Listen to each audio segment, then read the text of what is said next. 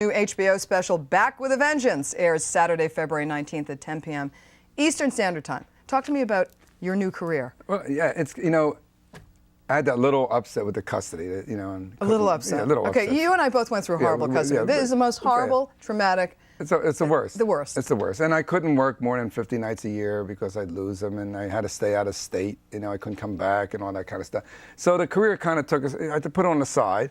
And I'm glad I did because I ended up winning. Right I won. I mean, I was stunned that I won. And then I thought, well, the parade went by. I mean, I was in the front of the parade. I got out of it. I can hear drums and bugles. I don't know what street they went down. I was like trying to catch a cab at the rush hour. Everyone's off duty.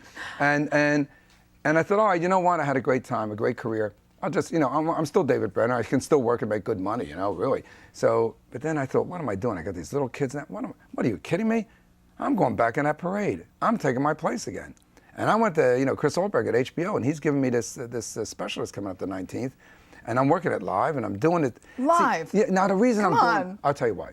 Because if I'm just funny, let's say I tape 3 shows, 5 shows, and I edit them, and I add soundtrack, the laugh track, ha-ha, and applause, and I add it all, and it shows. And let's say the executives see it, and they're talking one day, and one comes in and says, oh, that Brenner, saw him last night on HBO. Oh, was he funny? Another executive is going to say, yeah, Brenner's always funny. So you want to get a Cobb salad or you want to go get a hamburger?